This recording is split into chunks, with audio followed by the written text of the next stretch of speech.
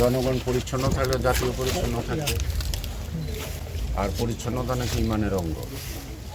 পরিষ্কার পরিচ্ছন্ন থাকা, মনও ভালো থাকে, পরিবেশ ভালো থাকে। কারণ এই ধূলিকণা পানি, মরা ঝরা পাতা, ময়লার থেকে নানা ধরনের জীবাণু তৈরি হয়। যে জীবাণুটা মানব দেহে গেলে মানুষের অনেক ক্ষতিকারক অসুখ বিসুখ হয়। সেই কারণে আমার গায়ের কাপড়টা পরিষ্কার রাখা যেমন জরুরি, ঠিক পথঘাট রাস্তা সব জায়গাগুলি আমাদেরকে পরিষ্কার পরিচ্ছন্ন আওতায় রাখা অতি জরুরি। আমার যেন ভুল না করে নিজের বাড়ির ময়লাটা আরেকজনের বাড়ির দরজার সামনে ফেলে না আসে। তাতে কিন্তু রক্ষা নাই পরিবেশের হাত থেকে, তাতে কিন্তু রক্ষা নাই মশার উৎপাদন থেকে। আজকে শুধু মশা যে ময়লার মধ্যে যে উৎপত্তি হয়, সেই মশার চেয়ে দারুণ মশা যেটা ডেঙ্গু কামড়, সেটা কিন্তু ভদ্রলোকদের এসিতে থাকে বাস করে। বড় কিন্তু বড় লোক, এই বড় লোকের মশা কিন্তু ক্ষতি করে।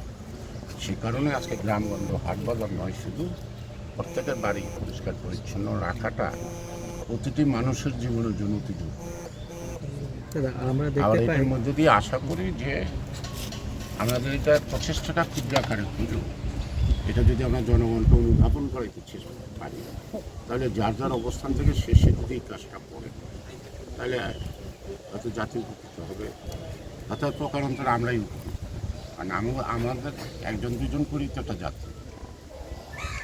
আমরা দেখতে পাই কেরানীগঞ্জে যে বর্জ্য ব্যবস্থাপনার যে বিষয়গুলো আছে, রাস্তায় ময়লার স্তূপ জমে আছে, কোনো ডাম্পিং স্টেশন আপনার ডাম্পিং স্টোভ না থাকলে আমার বাড়িতে ফেলাই দিয়েছে।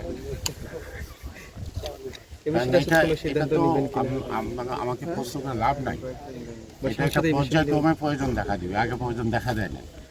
কারণ আগে এত বিল্ডিং ছিল না, এত ময়লা হতো না, বাড়ির চারিপাশে খাল বিল থাকতো, ওগুলো চোখে পড়তো না।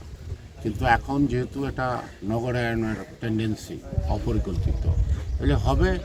এগুলো হওয়ার জন্য নিশ্চয়ই প্রশাসন সরকার এখানকার জন্য বিকল্প চিন্তা করবে, এই বস্তুগুলি কোথায় রাখবে, কীভাবে এগুলিকে অপসারণ করবে। শুধু একটা বাড়ি থেকে পর্যায়ে যেখানে স্তূপাকার করতে চলবে না, এটাকে তো আবার আরেক জায়গায় নিতে হবে, যাতে এইটার যাতে উপসর্গগুলি অন্য মানুষ দুর্ভোগ নাকে রুমাল দিয়ে হাঁটতে না হয়, পায়ের জুতা নষ্ট না হয়, কাপড় চোপড় নষ্ট না হয়। এগুলো তো আমরাই সৃষ্টি করছি।